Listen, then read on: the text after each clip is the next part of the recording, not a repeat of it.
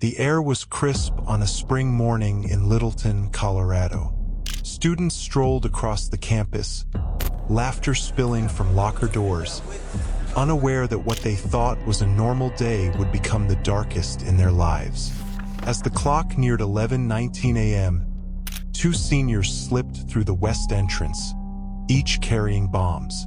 A plan so horrific, so calculated, that by lunch the world would question. How could this happen? And why? April 20th, 1999, a Tuesday. Columbine High School, Littleton, Colorado, a typical suburban high school in the Denver metro area. Students attending classes, chatting about prom, about spring sports, chores, weekend plans. Columbine had recently expanded. In 1995, renovations had added a new library and cafeteria, spaces that would become central in what came next. The perpetrators, Eric Harris, 18, and Dylan Klebold, 17, two high school seniors who had drifted into shadows, socially isolated, angry, obsessed with explosives, with violence. Over months, they planned what they believed would be a catastrophe. For months, they had plotted every detail. They didn't just want to shoot classmates. They wanted an explosion so devastating it would rival Oklahoma City. Early hours of that day, Harris and Klebold each leave home with carrying loads of weapons and explosives. Duffel bags with propane bombs, semi-automatic rifles, and shotguns.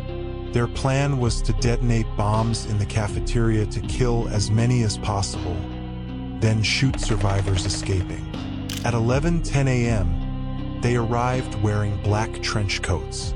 Propane tanks wired with timers were placed strategically in the cafeteria, a place guaranteed to be packed with students at lunch. If the bombs worked, hundreds would die instantly. Timer was set.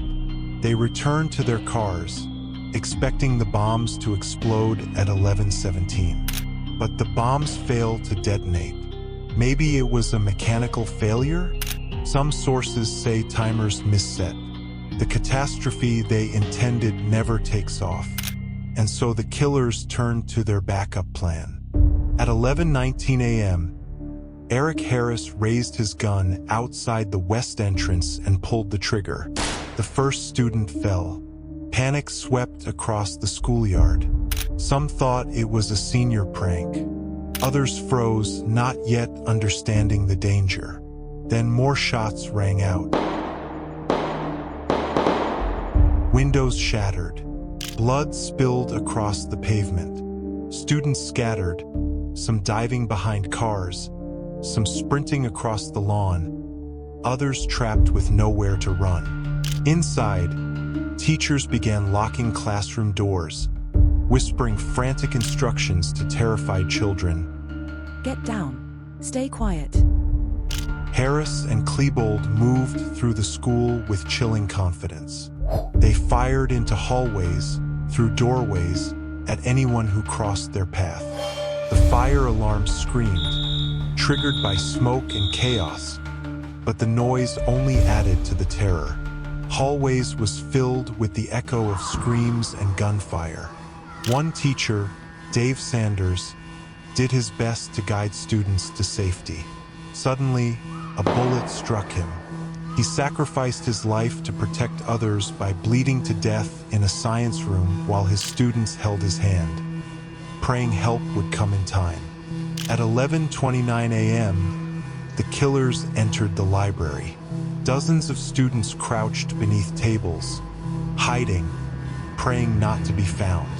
What happened next became the deadliest 10 minutes of the massacre.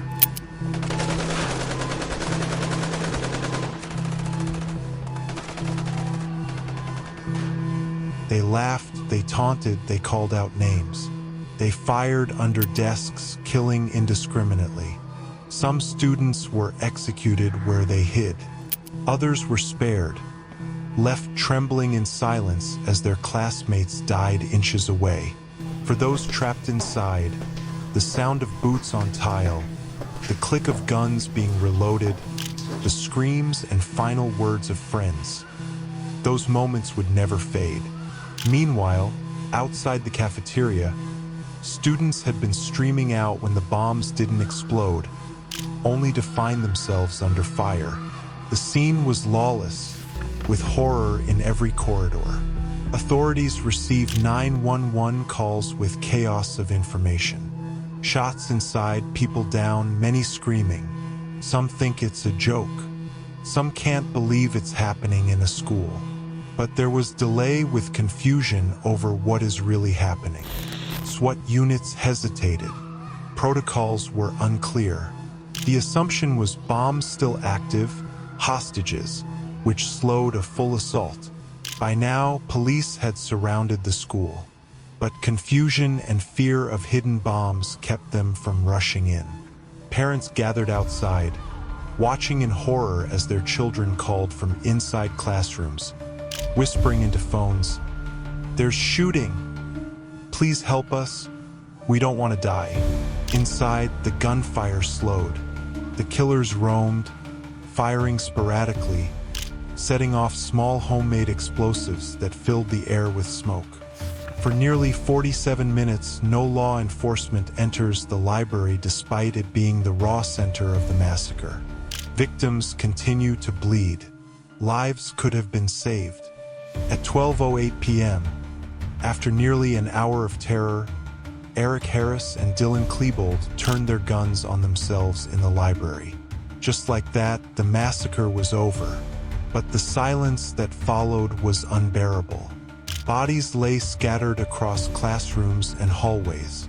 13 innocent lives lost. Dozens more wounded. Hundreds scarred forever.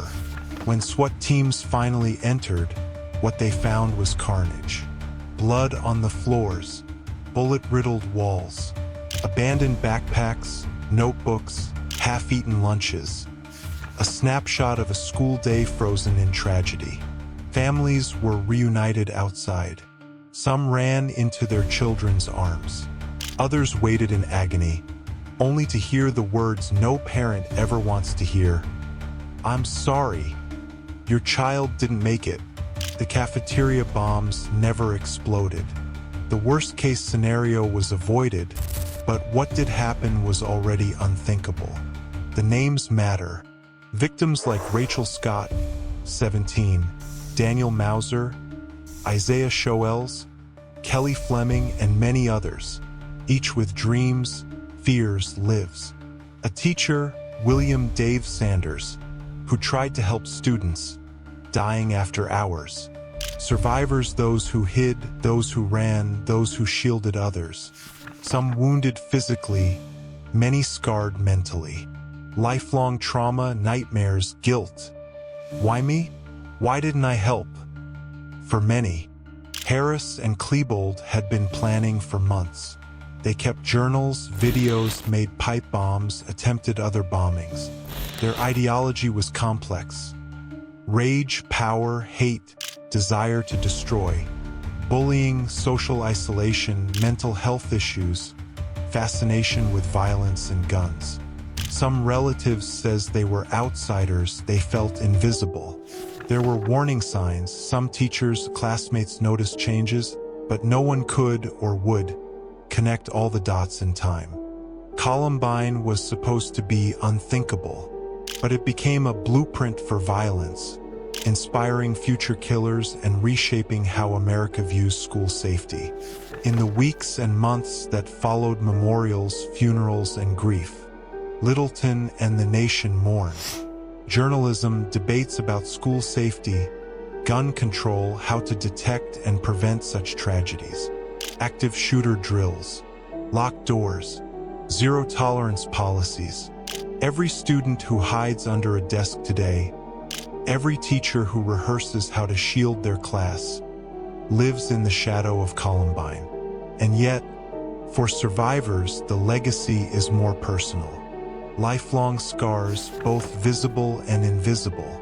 Nightmares that don't fade. Questions that never find answers. A recent example, Anne-Marie Hockelter, paralyzed that day, died in 2025 from complications related to her injuries. Her legacy is one of resilience and reminder of how wounds last decades. Why did this happen? There is no single answer. A combination of premeditation, easy access to weapons and explosives, lack of adequate warning, flawed response systems, cultural issues like bullying, alienation, mental health stigma could be the answer. The cost was human. Dreams cut short, families destroyed, a generation changed forever. Columbine still echoes every time a school considers increasing safety, every time a community debates gun laws. Perhaps the most chilling truth. For all the horror of that day, it might have been worse. The cafeteria bombs, had they exploded, would have killed hundreds. But even without that, 13 lives plus one teacher lost. The bullet holes, the blood, the silence afterward. On that tranquil April morning, Columbine High School saw something no student should ever bear witness to. Two young men, once classmates, had turned the school into a battlefield. But in their horrors, stories emerged of bravery, of kindness, of people who did not lose their humanity. We owe it to the dead and to the survivors not just to remember, but to learn, to listen for the warning signs, to ask the uncomfortable questions, so that in classrooms, cafeterias, libraries across America, what happened at Columbine is never repeated. Names fade, but memories don't, and hope must persist. If you believe stories like this should never be forgotten, then subscribe, because the past still has more to tell, and the next story is one you won't want to miss.